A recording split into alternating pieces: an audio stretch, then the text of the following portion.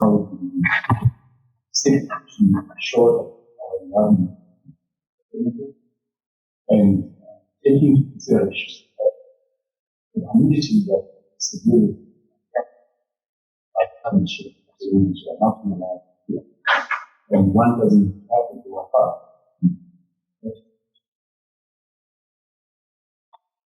Parts that you can see those tend to affect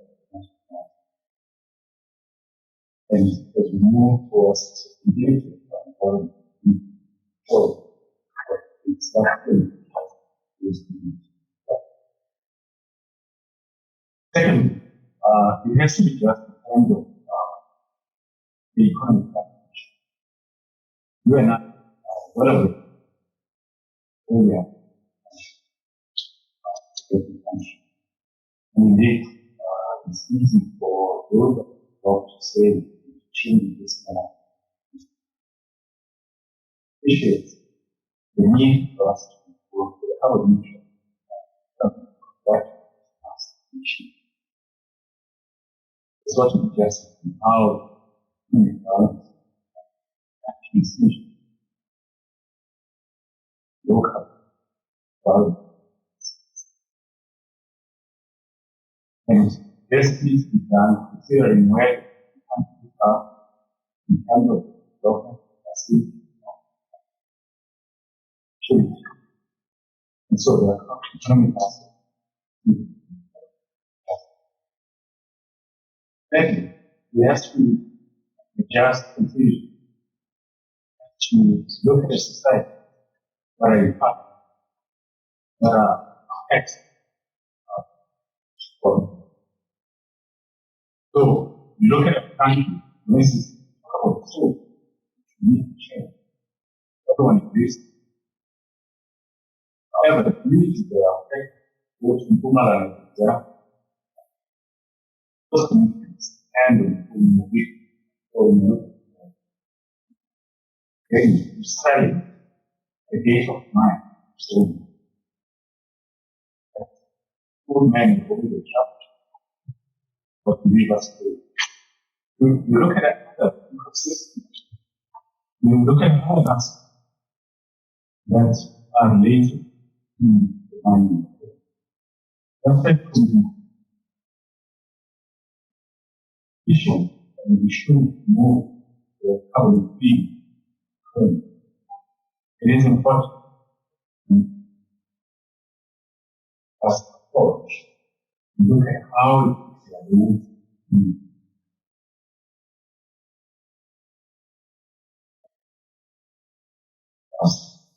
and it's in this context that I'm looking forward to conversation and indeed we look at some of the aspects.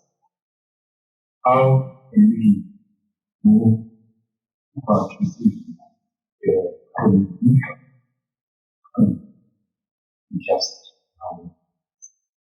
the different things are cheap, not immediately cheap, and indeed needs us to bring our collective mind into sure it's going to be a follow notion.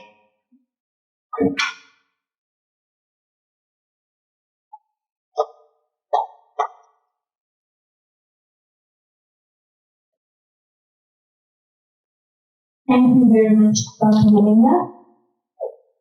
Good afternoon, ladies and gentlemen, once more. My name is Johannesburg, and I am the Program Director for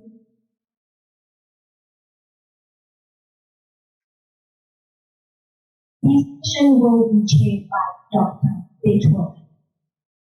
Dr. Betwell Sintlapelo was appointed as Executive Manager of Smart Paper in April 2019. He joined the Council for Scientific Research in July 2018 as Executive Director of Environment. Prior to joining the CSIR, he was the Executive Innovation, Funding and Pre-Commercialization Support at the Technology Innovation Agency.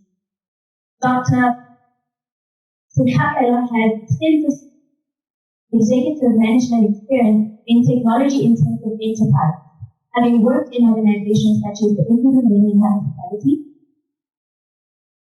the Department of Science and Technology, as well as amongst others. His responsibilities include governance and strategic management oversight on institutions, as well as the management of research and development and its implementation into practice, and implementation of national programs, policies, and legislation on innovation. His involvement and experience in such a span a period of more than 25 years. He has served on board member committees and has chaired board committees in various organizations such as Pioneer Rapid Transit, MINTEC, Water Research Commission, National Nuclear Regulator, Central University of Oslo, and Mega Asset Group. People, an MSc in chemistry from Queen's University, Canada, a BSc in chemistry and biology from the National University of Lesotho, and has completed an executive leadership program with the UNICEF Graduate School of Business Leadership. You is Dr. Sikapela Arad.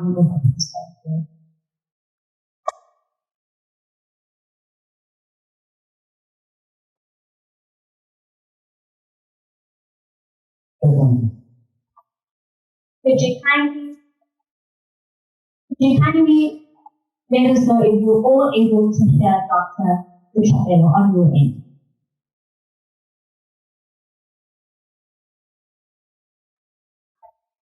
You may proceed. Thank you, Obaken, and good afternoon, ladies and gentlemen, those in participate and those that have connected virtually.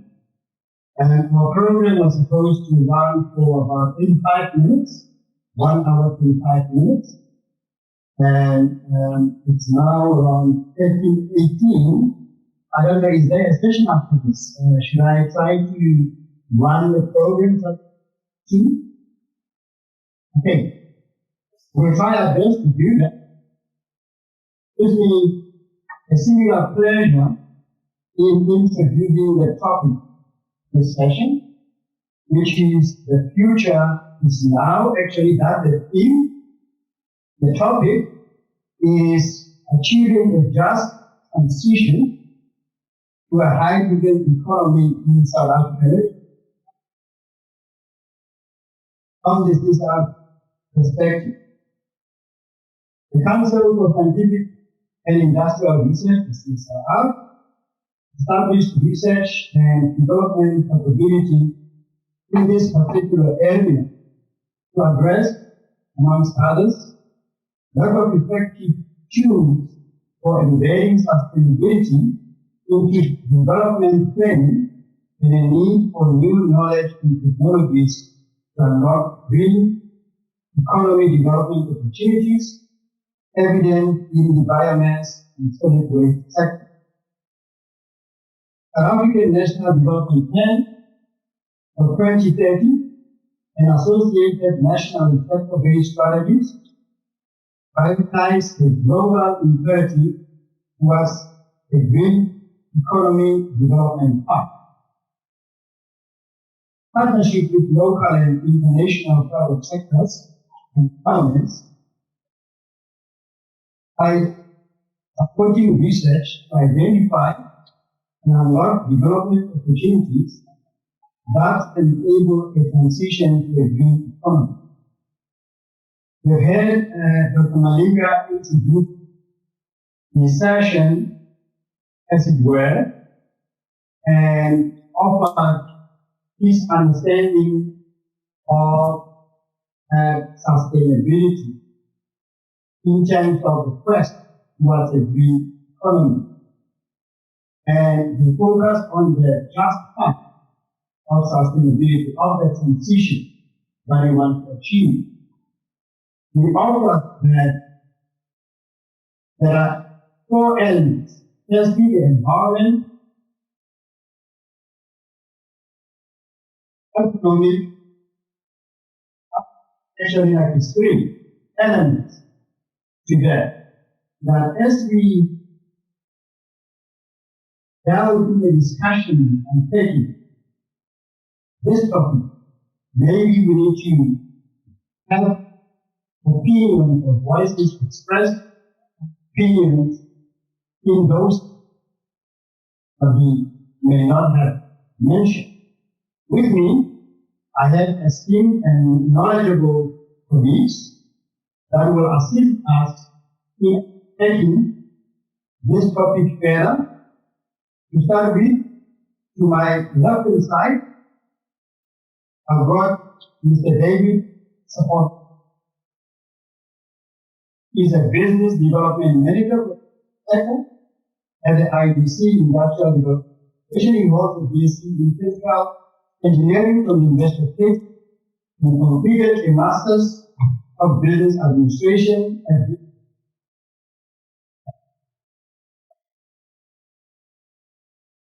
in metallurgy, petrochemical operation strategy, and business environment, business development, investment, as well as in the financial services industry. Is to assist entrepreneurs to build and grow sustainable business, which will make Africa. David is highly skilled in negotiation, business planning, operations management, sales, business intelligence, and strategy formulation and execution. There's no doubt with engagement, but we're looking forward to hearing David Saporogwana's contribution in this discussion. To my right, to my immediate right, I have Aradna Pandaru, who is currently working for the CSIR as the active research group leader for a section called Energy Industry, which is in the Energy Center of the CSIR and Optimal Places. She holds a bachelor's degree in electronic engineering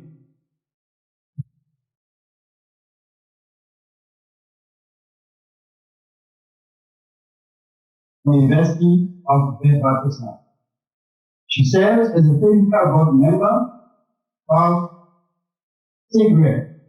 Forgive me if I have pronounced it incorrectly, in South Africa, representing the country in the International CSIR Committee on Active Distribution Systems and Distributed Energy Resources. She's also registered as a professional engineer with AXA.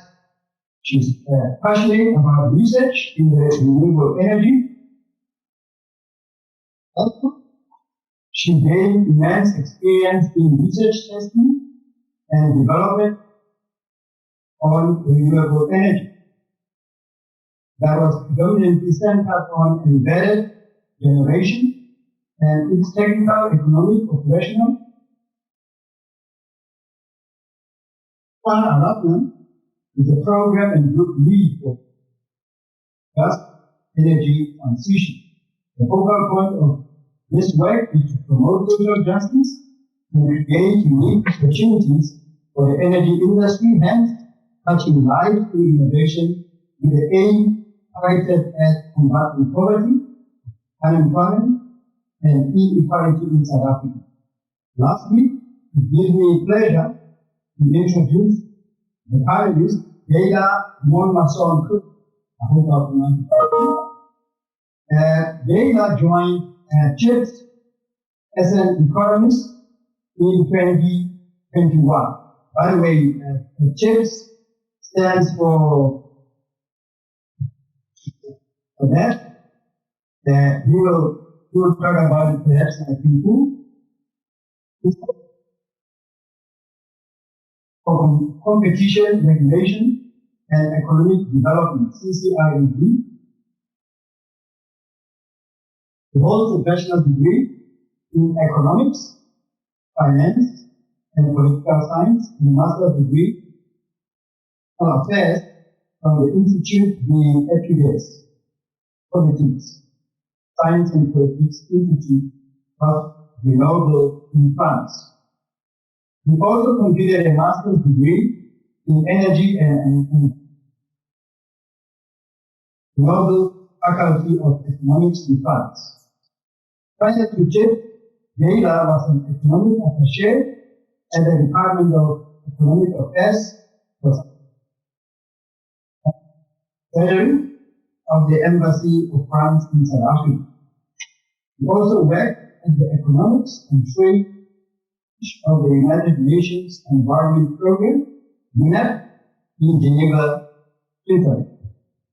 Leila has carried extensive research on the transition to the green economy from a developing country perspective with a focus on policy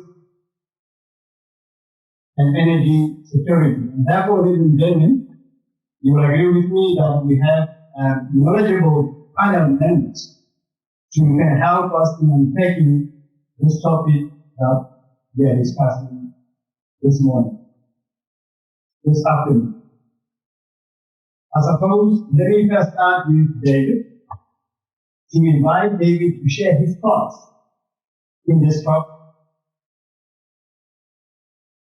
And then Leila, and then we'll take further comment from the panelists.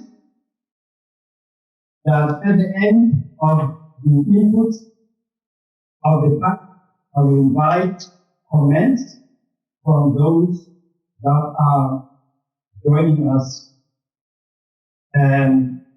virtually and physically. I've just had an indication that we can plan to finish this session at 14:30. Yes. So let me invite David. Over to you, David. Thank you very much, program director, and all the people online. I'm hoping that it's a huge crowd for staying behind my leader. I need to say this. Let's take a general meeting.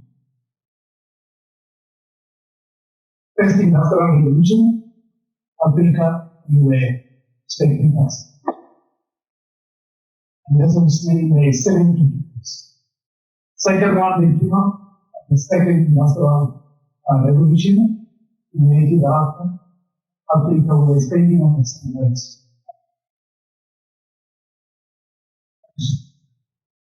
Also expecting us. The third industrial revolution happened. Again, expecting us. Not so long ago, we were thinking about the fourth industrial revolution. Was the training performance. Each and every comment that came out in the last 5 years was focused on making a fourth industrial revolution happen in South Africa.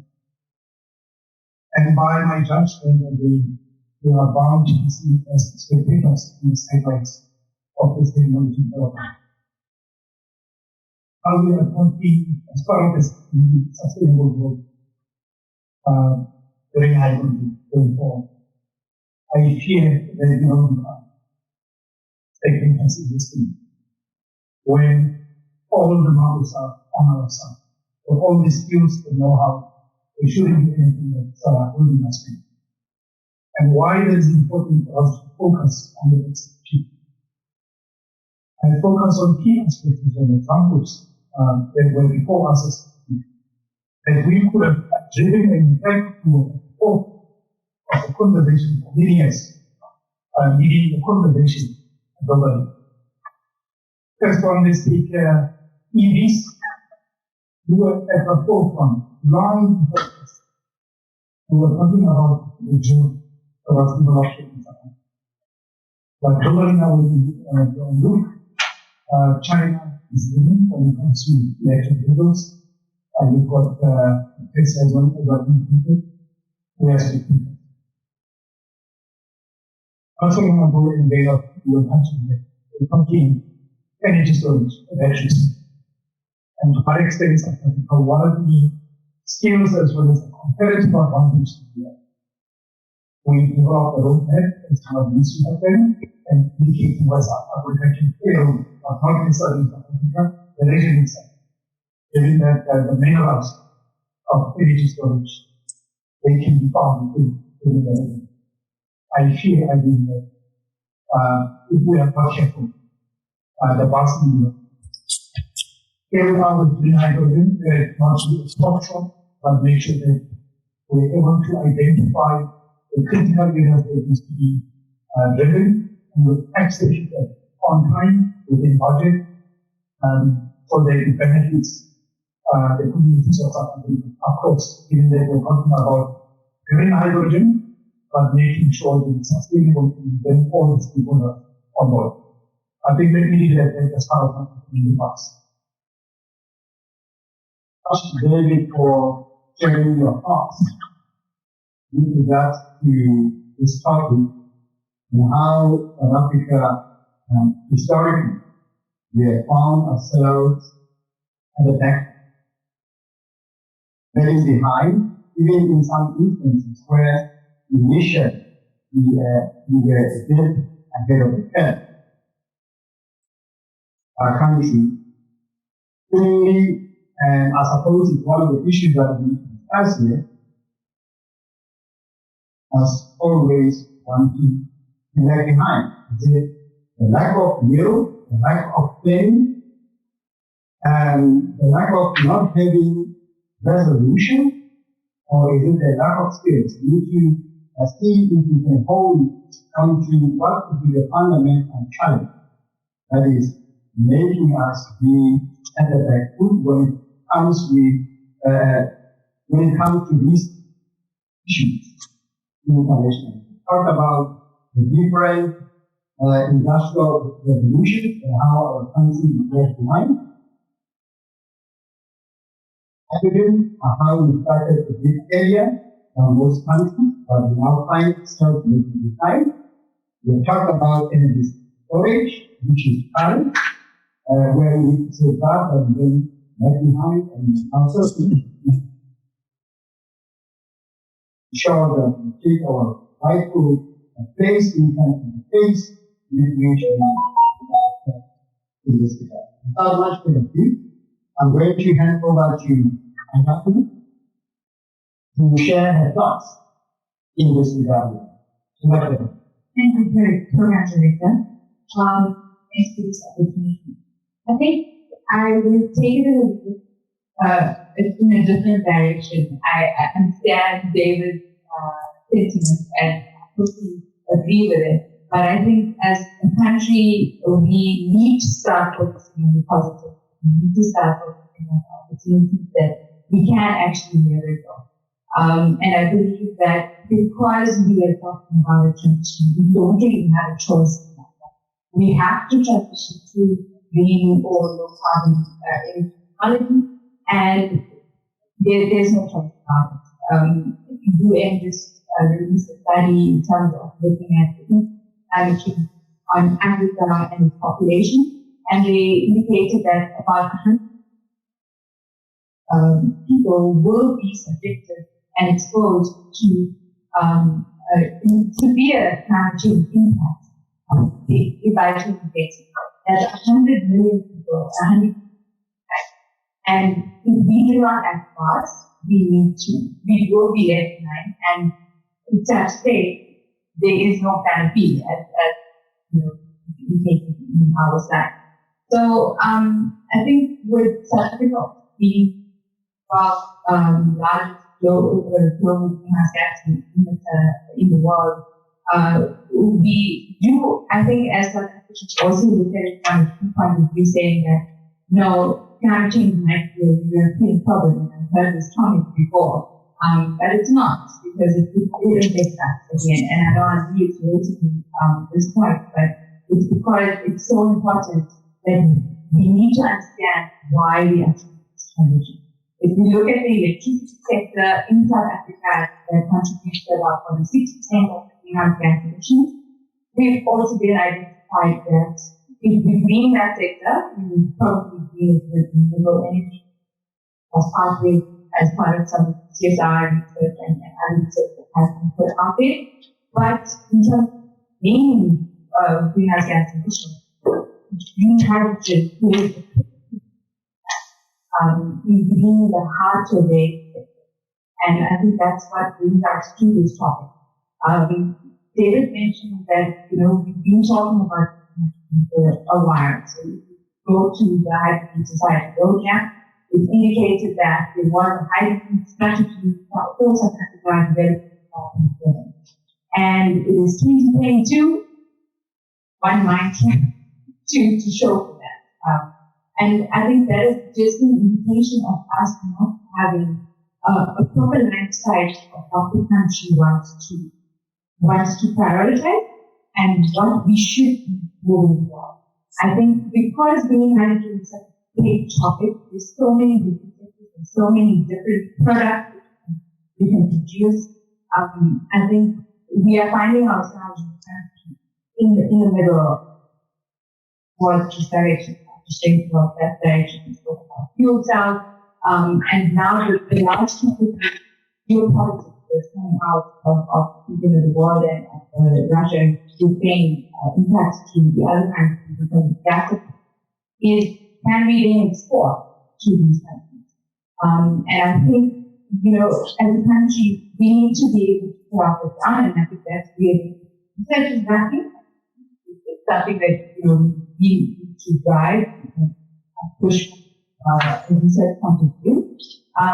But it's also an understanding of, what are the actual costs and how that's going to impact us. Exporting to EU, the Port of Rotterdam has been mentioned a few times because of the green hub of EU.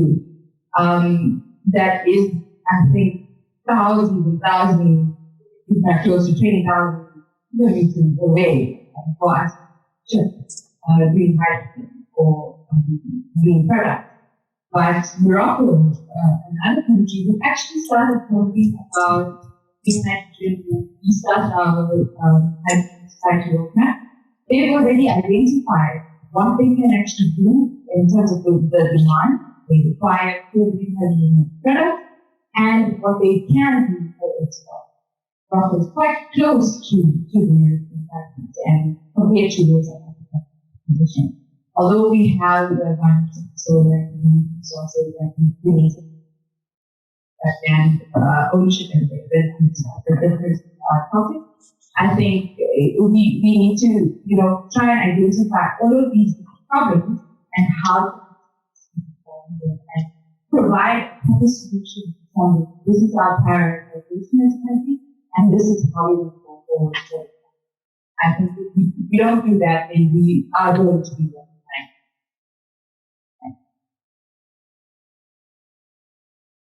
behind. Johanna, for your submission and in the form of preliminary remarks in this topic. And I take note of your emphasis on the fact that we don't have a choice. That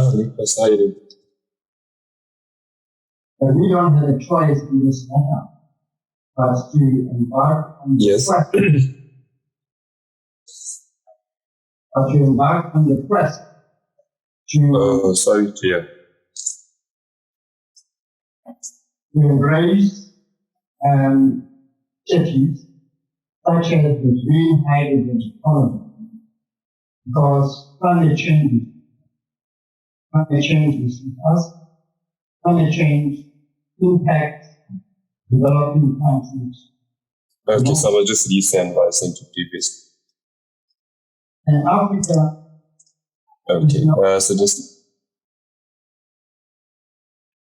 You have mentioned that South Africa is one of the countries that emit greenhouse gases. And I would want you to come back to it once I've given Karina an opportunity to make these opening remarks, because I'd like to request you to contextualize that longitudinally or historically in terms of the role or the contribution of South Africa to greenhouse emissions. Stated and comment on the fact that South Africa had if you like, a head start on things with regards to articulate the issue. I, as in the development of the hydrogen strategy, we indicated that there was 2007, but somewhat that being procrastinated in terms of the implementation of the strategy and of any impact there. So I would like to comment on that a bit later. On opportunities, especially in Europe, notably part of Rotterdam, we have identified it as one of the locations where opportunities for us to strongly embark on the hydrogen economy and export hydrogen then is threatened by a much faster route that have advantage of close proximity to Rotterdam, such as Morocco. Many members we can talk about representing South Africa as to how can South Africa roll off some of these competition, some of the competition that would emerge in terms of taking their rightful place in the hydrogen economy. Without much ado, I'd like to invite Dana to share your initial thoughts with us. Thank you, Dana. Thanks so much, Current Director. Let me start the thank you. Doing well, you and my age. Great, when 2011, one probably young, but not fantastic. And then, many of the things CSIR for putting the plan together on this very topic, as a read, achieving a growth for hydrogen economy. I think it's fundamental question that we ask here. Interestingly, the relationship between hydrogen and first position is generally assumed to be positive. But we tend to assume that it is good for us to move to green hydrogen, and that in and of itself will lead to growth. I'd like to say, show me the evidence. We need to be reminded that we're in a system, an economic system that has created the problems that we are facing, nationally and globally. And what we have currently underway in South Africa, but globally, is somewhat of a transition. Very true. But this has been a very fusional and pro-rich condition. It benefits rich countries, the global north. Working countries, those who have a council of corporations. It's not inclusive or just condition by any means or method at this point in time. Nor has it ever been in time, in history, addressed. So I think we need to question very deeply whether or not transitioning to hydrogen is a good thing or just on its own. I guess how it could be. The first question I forget is about the transition itself, let alone whether it's going to be just or not. I think there's some evidence that we already mentioned that green hydrogen provides an opportunity. Essentially provides an opportunity. So after we have great renewable capacity, we've got demand, we've got some technologies like truck technology, that's accessible to transfer that advantageous fuel, and it can decarbonize or help decarbonize quite a lot of things, from steel, cement, and chemicals. So I think it's quite clear that investing in green hydrogen could be an avenue to if not create jobs, at least preserve some, make some jobs remain competitive going forward. and create some investment to the bank. And I think there's a lot of emphasis on domestic use to get the hydrogen roadmap, the strategy, and a lot of political emphasis on making green hydrogen happen in time. I think it was pointed out, it's certainly not the end of the curve when it comes to that. I wouldn't argue that we are lagging behind just yet, but we're not at the year.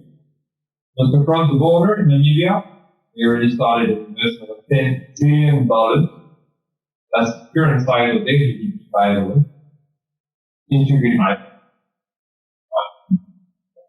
So the ball is rolling, and Ukraine will not be waiting for us.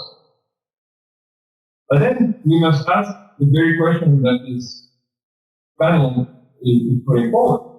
Okay, well, if we make the case that it is good for us to use green hydrogen from a transition perspective, from a low carbon perspective, how can it, if at all, contribute to a just transition?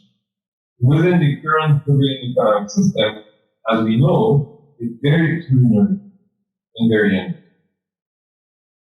And here, I certainly do not have an answer, but you can think about it of the kind of projects that have been holding that form. And what we see, a lot of projects are coming, I call them in clay. They're being developed with one purpose and one purpose only. The big infrastructure project, lots of investment going into that, going to be exported to Europe or to Japan. This project is during some investment, of course, during some operation, but actually are going to benefit very, very, very, very, very few people are going to have any benefit coming from this project. We need to interrogate the kind of projects that we want to see in the bank. We need to start to decarbonize our industry, present job creation, but that can't be limited to 2 or 3 gigantic corporations that are going to be putting enormous funds so it's in their business interest to do that, and they actually have finance to do that as well as a and to think about the infrastructure that's required for green hydrogen. You know, then it's a great gap, but it's quite a dangerous one, to be told. And things can go wrong. It requires quite a lot of very expensive infrastructure, like pipelines, to be effectively moved. Who is going to develop the infrastructure and who is going to reap the benefit of that? Is it that once more we're going to socialize the cost of developing that infrastructure and the risk that go with it, so that the benefit can be captured by people? I think we need to ask who is going to reap the benefit of green hydrogen. We really need to ask that question. That also speaks of issues, of course, of ownership. Hot topic in the country, many sectors. I think we now have a new sector. So an opportunity to be disruptive in this respect. So it's a lot easier to bring new ownership in new sectors than it is in all. We should not miss the opportunity. Of course, the role of community. How are they involved? If you're talking about projects that are gigantic, they cover a massive amount of land. They have quite severe environmental impact. And they have a social cost. People leave around. So are they involved? Do they have a say? Are they in favor of those projects? It's not because it's not as destructive as really, but it is not destructive. And are we ready to bring the right kind of skills into the intelligence? Thinking of our ecology, our CSIR, that doesn't just remain a endless project at the end. So, for me, I have a lot of questions when it comes to the relationship between just transition and regrading. I don't necessarily think that the answer is negative, but we have a lot of work to do to make sure that the answer is positive. Because by default, let market forces, it will be negative. So that's where, of course, the public policy and role of social actors that's coming. I think I will leave it at this. I think like fire and other technology, would really be a revolution. Let's be careful not to burn our fingers with it and make sure that it actually benefits society rather than. Thank you. Thank you very much, Data. And after a few of the points that you made, was indicated and with one, but we shouldn't assume that the transition involving green hydrogen will be just. We need to be alert and actually plan and ensure transition is indeed just. That context is referred to the communities that will be affected as the hydrogen economy infrastructure requires formidable amount of land. Therefore, there will be communities affected in that. As indicated that we need to question very deeply to green hydrogen just and whether it will create jobs, whether in South Africa really there are enough players and intention by all players to make it just, because if that intention is not plain and visible, the of having large conglomerates taking over the intention with the green economy according that transition pending from the just point of view.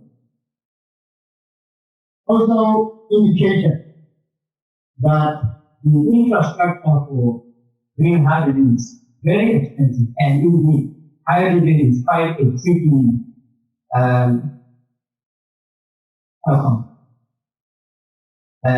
very hygienic. It is stored, you don't store it at very low temperatures. I think you know, taking around 257 or so degrees minus. Otherwise, if you want to store it as a gas, you got to subject it to high pressure. And that requires very formidable engineering ability to develop that infrastructure. The question is, where do we find ourselves as Africa in that regard? Are we positioning ourselves to import all that know-how? Or is there an opportunity for South Africa to really develop skills and competencies to put together such an infrastructure? And that also pertains to the issue of perhaps taking an example of one of the resources that the South Africa is endowed with. There are many in that regard. Africa just untaps those resources and share them overseas. The question is, where in the value chain of that particular resource, including hydrogen, do we want to play? Which part of the value chain and risk the higher debt?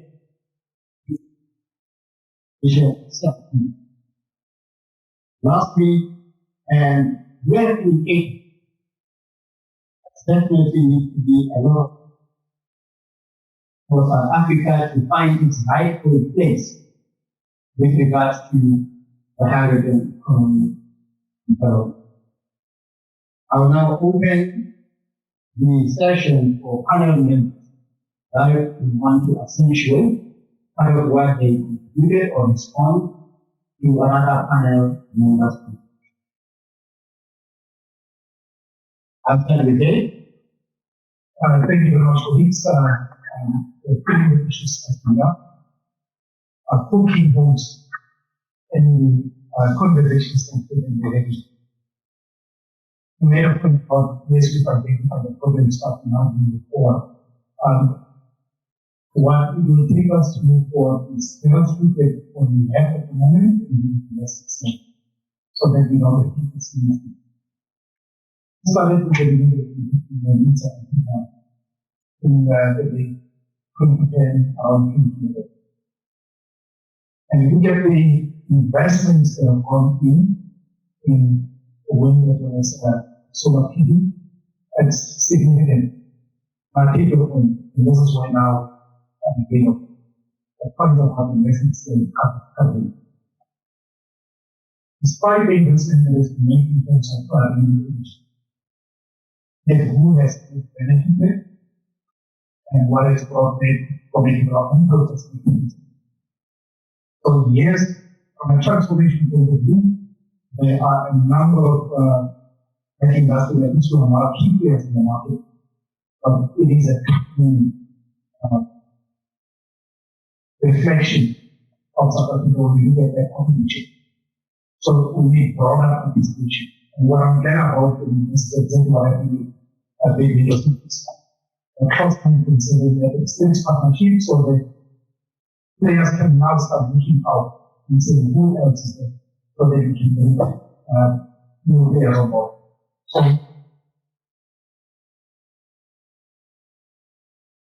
to encourage broader participation. The second one that I'm looking at, net code and contribution lesson and theoretical emphasis. That's the very chain approach, particularly emphasis on local content. If we say we are committing local content, stick to the rules and we don't make the rules on an ongoing basis or change the rules, but we are consistent in the way that we execute and apply the rules. It is consistent that anyone wanting to do an investment, they can already predict what the policy landscape will be in the next 10 years. So they shouldn't be investing. And I need just to emphasize one thing, and the fact in the last remarks that are making that where we are. We are in a time where the change for immediate either technology or business model. The changes are happening faster than we can implement or come up with policies and regulations. We need to change our approach in the mindset, saying there are these implementation informed of the policies and the regulations system. Way before we said these are the policies and the regulations that need to drive investments. There are some that things are changing faster and therefore we need to do things together.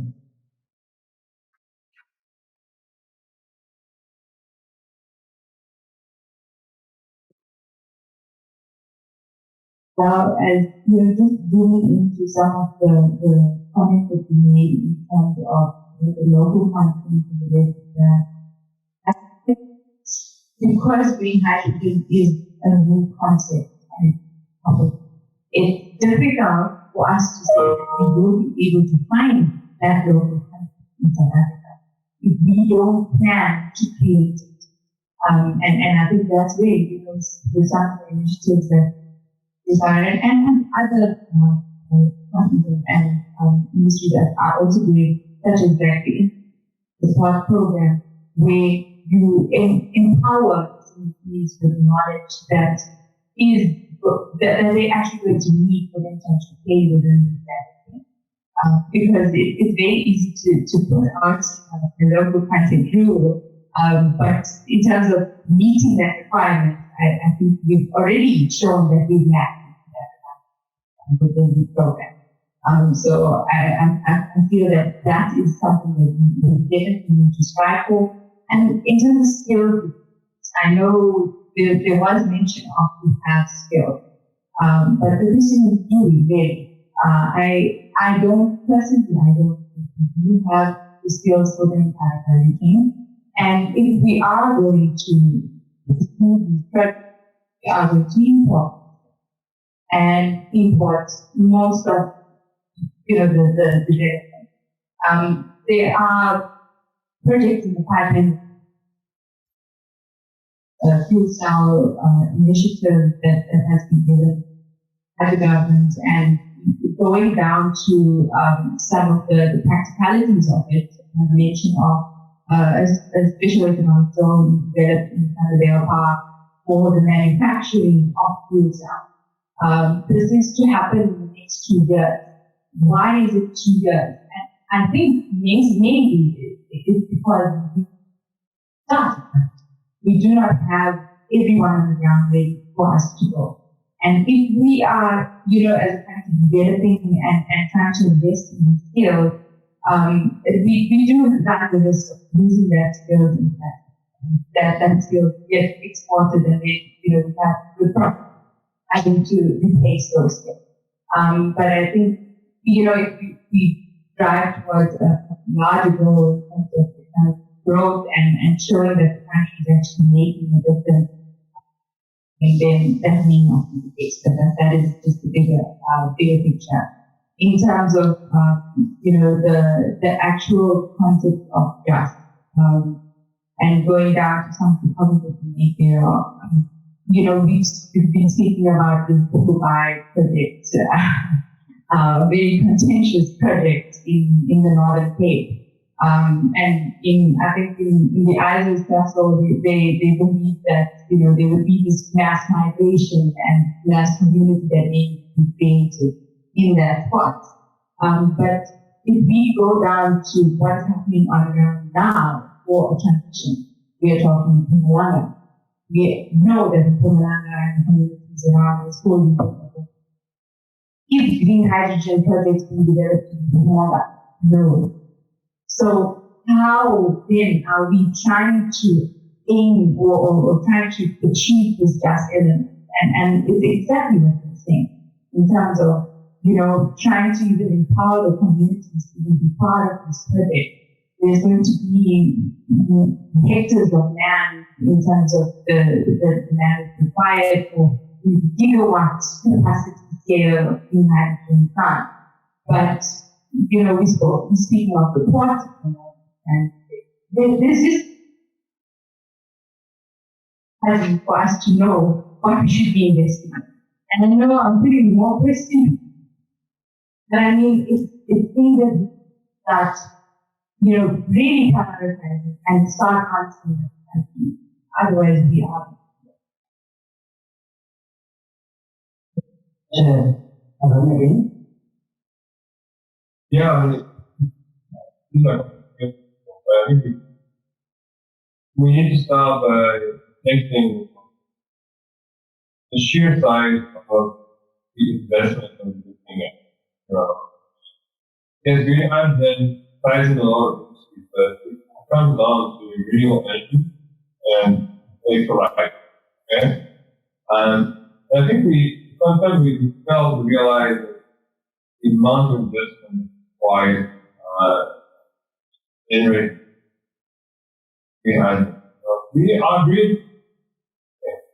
Total doesn't work right now, but 40, 45 gigawatts, that's hungry, like 4 hour stations. Okay? We decarbonize and then Secunda, Secunda facility, green hydrogen. It's estimated that alone for this facility alone, 25 gigawatts of renewable energy. Africa, if it can be those big of green hydrogen, 200 to 300 gigawatts of renewable energy. Okay? Our grid is 45 gigawatts. These are all of course. And here, this is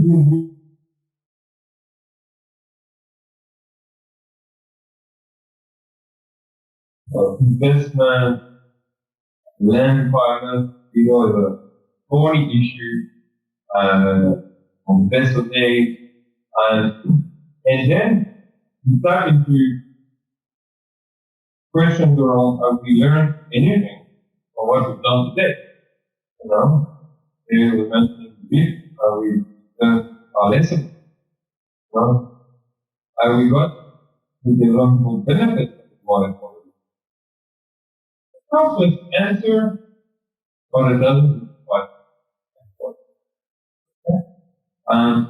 I think we need to ask ourselves the question even more so because we know the bulk of the green hydrogen market is not going to be driven by public. It's going to be driven by the private. Private sector market for renewable energy has been unlocked or is being unlocked by the recent policy and regulatory changes.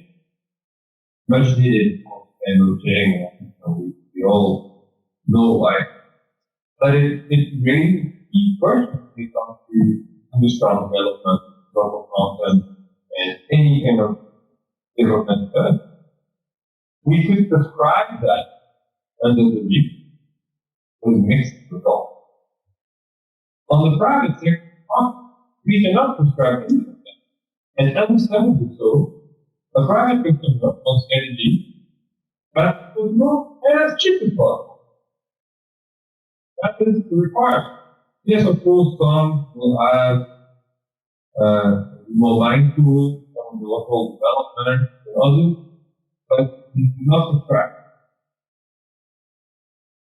So it really begs the question of how this move or behind it, this gigantic demand will or not lead to any benefit from the structure.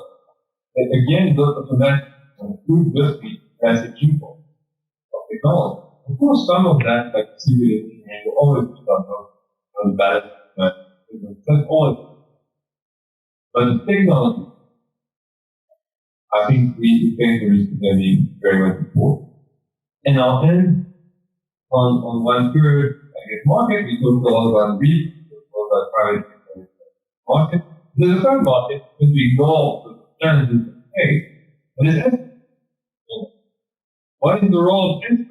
I know challenging question to ask. We're facing looking in the dark. But the state, through the state enterprise, has a core role to play in development technology. I think blocking or cornering it from the coal-based companies is the wrong strategy. I think we need to think long and hard about how it's going to play a role into that value chain very actively. So we have three markets to tackle, each bring different risks and opportunities, but that's only by looking at those three. I think we have using some benefits for this. Right.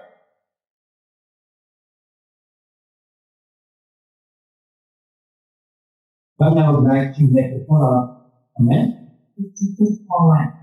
In terms of ESCOM, you mentioned their role in it, and I think it goes back to the strategy of are we going to use the green energy? If we are going to use this to make it feasible and bankable, we will probably have to connect them to the grid. You mentioned capacity, and we spoke of 200 gigs of renewables required, and we have a system of 44 gigs. So ESCOM's role is very clear to me in that picture. But just looking at the grid windows and looking at really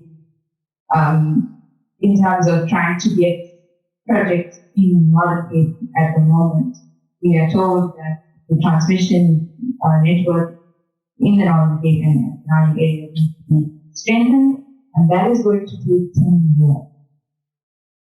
Just the re-identification or the IRP, for example. So how these two pictures do not line up for me, and I think that's where our strategy as a country needs to we need to get there, understand it, and know how to.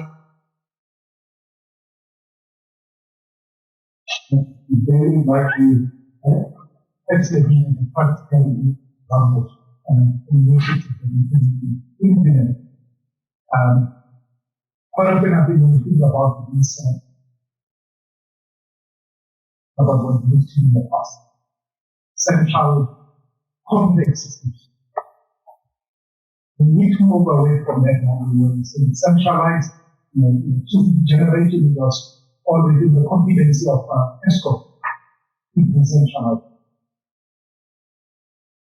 From saying each and every household should have a solar panel. Because with that, you need to generate electricity, which is really put into the grid.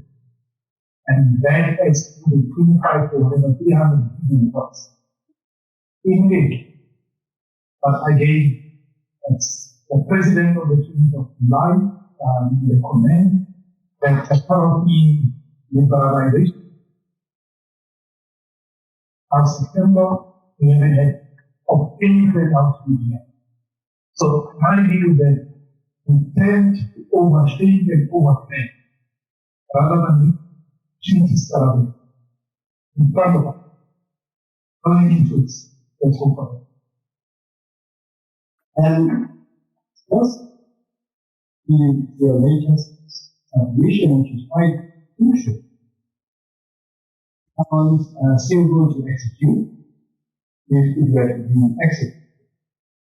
Has there been a study to determine the level of contribution to the grid, certain size of the household, where to put enough solar energy on their roofs? Has there been any study to actually contemplate it? I think where we are at the moment, for a training platform, there is no time for studies. Let's continue. Okay. There is no study, but coming with typical that have masses specifically on this topic about energy I think it's hard for us to make a statement that comes with technical issue. That we mentioned ESCOM, but we haven't spoken about municipalities. We must note that municipalities also have to be within their jurisdiction. And most of the municipalities, almost 80% of 200 municipalities that exist, do not even know about registration processes for such farm. So we can make all statements, but the practicality needs to be ironed out. And I think that's where, as a country, we sit with policy and try to add to that. And I understand to some extent why we developed about it, but at one point we need to decide, and that main decision to be made. I'd like to go to invite the audience and is joining us. If they have questions. But I really like a proposition. It's quite fundamental that we ensure that the condition to renewable energy and renewable reality is inclusive. Include everyone. We're not in a scale of crisis where those who have the means are just extracting the cost from the problem. Either household or not, with all kinds. And the policy regulatory changes, corporations are going to do the same. They're going to extract themselves from the problem. So in the short term, it's going to help, of course, because that will help reduce conversion. Alright? But in the longer term, the problem. Because those remaining on the grid will can't afford to actually extract themselves. And that's going to be coordinated for the municipalities and ESCOM and the state overall. And so, a program that brings this technology to every single household into the country is actually fundamental. It's actually fundamental achieving any kind of just design. There are some practical complications around it, I'm sure, but it's certainly not impossible to do. And I think, I agree with David, it should be a priority, something we should do, so that everyone has the benefit of the technology, and not just.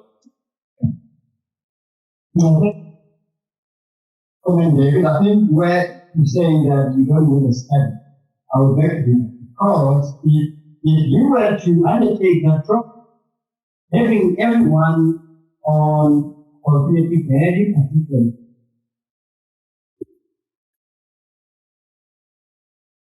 that it can, because based on facts, you may not be able to be sure. So, you need to have an understanding of what is the proliferation of the use of solar and to what extent is it used. At least you have that perspective. But anyway, it's 14:17, and I think it's time to solicit questions from the audience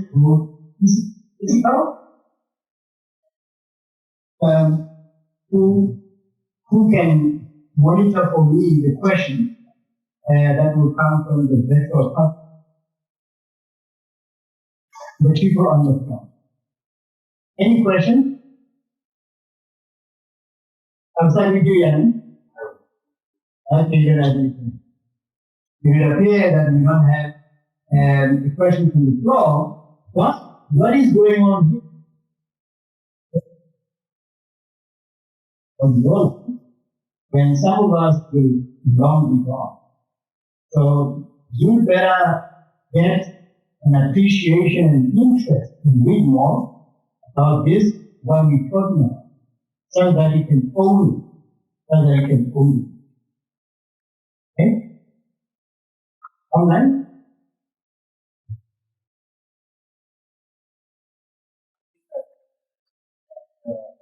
Okay, there's a person from the floor, and please go ahead. Diana?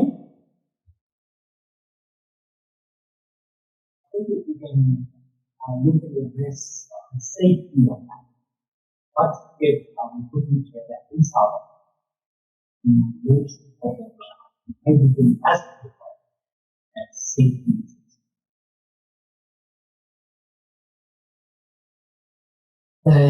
It's a good question. I would like to leave it to the panelists, and I will have my own question to comment on the issue of safety associated with the development of the over to Iran.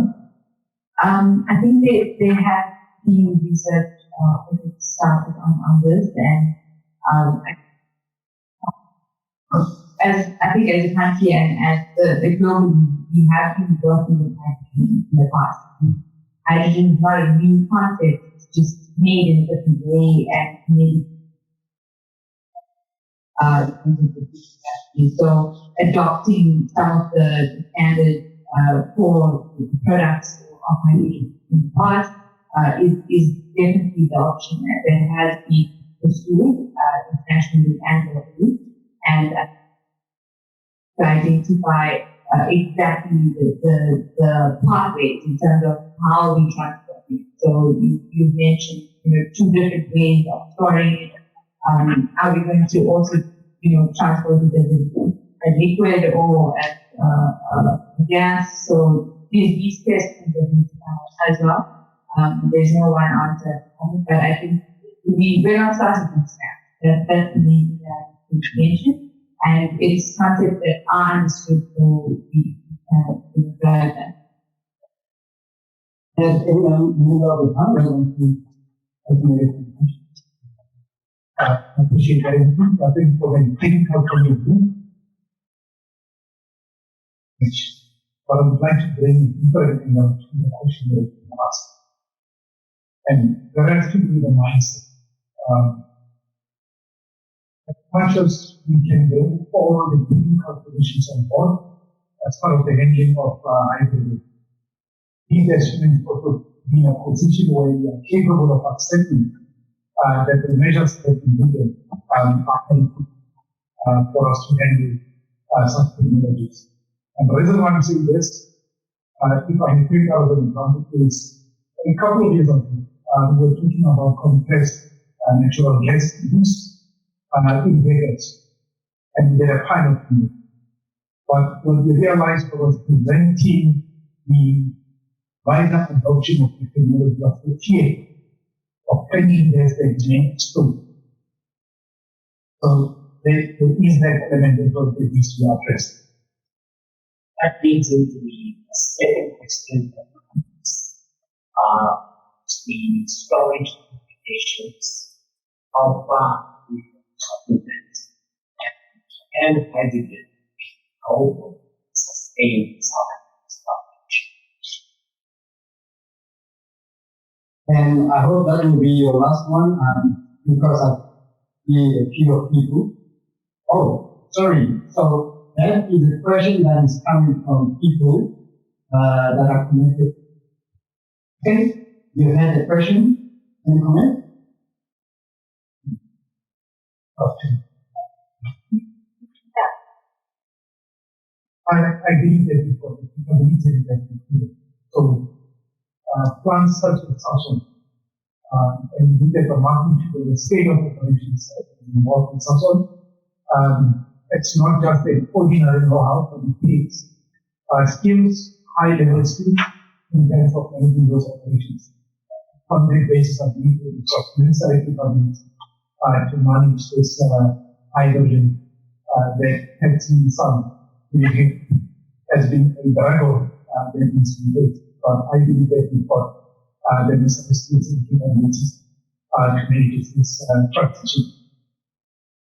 Thank you for that, David. I think in terms of the second part of the question, can hydrogen sustain for Africa? That is a fully loaded question. And I think it goes down now to just in office. We know that New Zealand are not starting the just transition in a just society. We are already unjust, so we need to fix those problems. But in terms of hydrogen and the topic for export specifically, if we look at it, can we as a country allow the country to export a new technology when people in the country do not have energy? So that energy access at all, so not even electrified, having load shedding, stage 6 at the moment, and do not having water. So hydrogen is a very, it uses a lot of water, and we are a water-scarce country. And I know desalination is a huge opportunity and option there, but in terms of desalination, it requires energy. So if you are taking away from the people of the country, is it ethical and is it just possible to do it? So that's all. Right. Thank you very much. The next question, please. Yes. Says when emitted into the atmosphere, with climate change, like increasing the amounts of other greenhouse gases, methane, ozone, water vapor, and this results in that. They say that's the problem with hydrogen strong with molecules. It's difficult. How do you start that?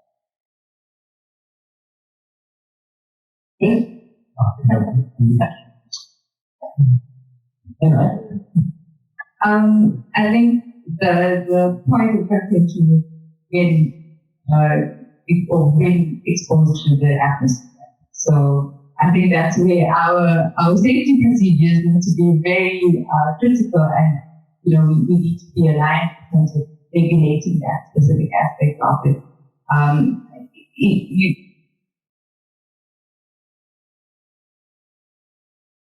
Ratio and the amount that we're speaking of, I don't think it's a problem that we need to face at the moment. I'm not a chemist. For clarity, Yeah, not right. I think the main point on the action is on that's where we see different things. Actually, hydrogen is not new. It's already been used for a very long time. It's used during the century as the based production of natural gas primarily, and also food more broadly. And that's really problematic part of the equation. With green hydrogen, you can remove the strong production process, use renewable energy to keep input, but that's really where the reinvent. So I guess you could say achieving just or green hydrogen certainly benefit hydrogen that is not green. We really think about green hydrogen based on the. All right, let's go to the last two questions. Second last one is hydrogen pricing. Question. All right. So green hydrogen at this point is still quite expensive, and it's much more expensive to produce green hydrogen than it is to produce what we call gray hydrogen. The price is moving quite rapidly down. It is driven essentially, demand is driven heavily by regulatory requirements and policy solutions in the European Union for the market, which in some respects make the price, that's not just crazy, but in some respects that's somewhat irrelevant. Because companies in the EU are being forced to source green hydrogen so that they can comply. Of course, if they're not particularly keen on paying 4,000 premium, 1,000% premium. So as technology matters and as demand grows, the price will get closer and closer to parity. And we see that in the next year that effectively the price of green hydrogen will be roughly the same price of gray energy. But for now, it's still pricing, and it will be relevant by the policy and regulatory requirements. But maybe really from that. I don't think you have any more questions. Just one more. Okay. Yeah, just because I think in terms of some of the businesses that come out, I think the price at the moment, just for the production, would be about $5 per kg or less. And I think the price for export to the EU from South Africa is looking at about $7 per kg. But Japan has made it clear that they will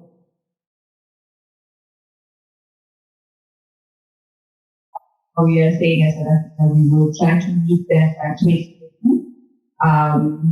Yeah, I may have my views on it, but I will keep that to myself.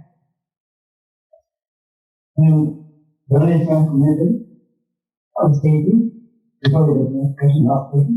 I fully agree with my colleagues. So same trend for the three that the renewable energy sources such as solar PV as well as wind and food. They started very high for the pricing for the two, and now we have the lowest point. So from an economist scale, the more we execute and develop these projects, ultimately the price should be coming down. So it's going to be a supply and demand. No one will set a price, but the market will set the price. Even the $3 that you said the Japanese is just because the market is going to be good. So please don't go to the Started commodity business. My understanding of the commodities is that if you take water, that's how it is. Right? So friends asking this question. Why? They say hydrogen is not future. It doesn't exist in our planet. Yours is in the standard compounds from which it doesn't really want to exist.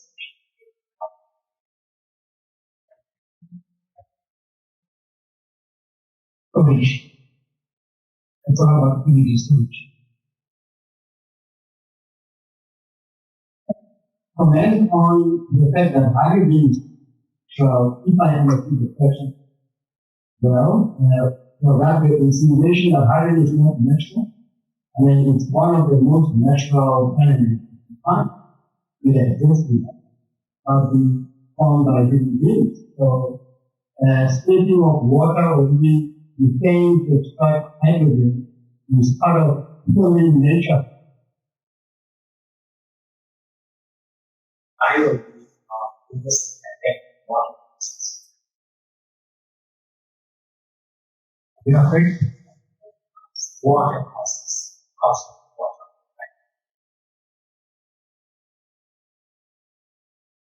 I will assume an environment with its instance. So that may be their own. But if we don't have that evidence to achieve the ability to society, that should not be an issue. I think it's the same event that we had a couple of years ago when we were talking about biofuel. Whether from a net availability or biofuel prices will go up. And I think it's all about balance, sustainable balance. It's not either or, but it's been both, but ensuring that yes, it's sustainable when you implement solutions. What from my other two panelists on this issue? I agree with you. I think if we can discuss the issues and trying to get that balance in terms of Yeah, I think if we go out of it, greenenergy requires a lot of water, but it goes to desalination. That's the way the project is developed. Interestingly, the pricing model of green hydrogen water is a very small component. And so I think, obviously, it can have a positive impact in reducing the cost of water.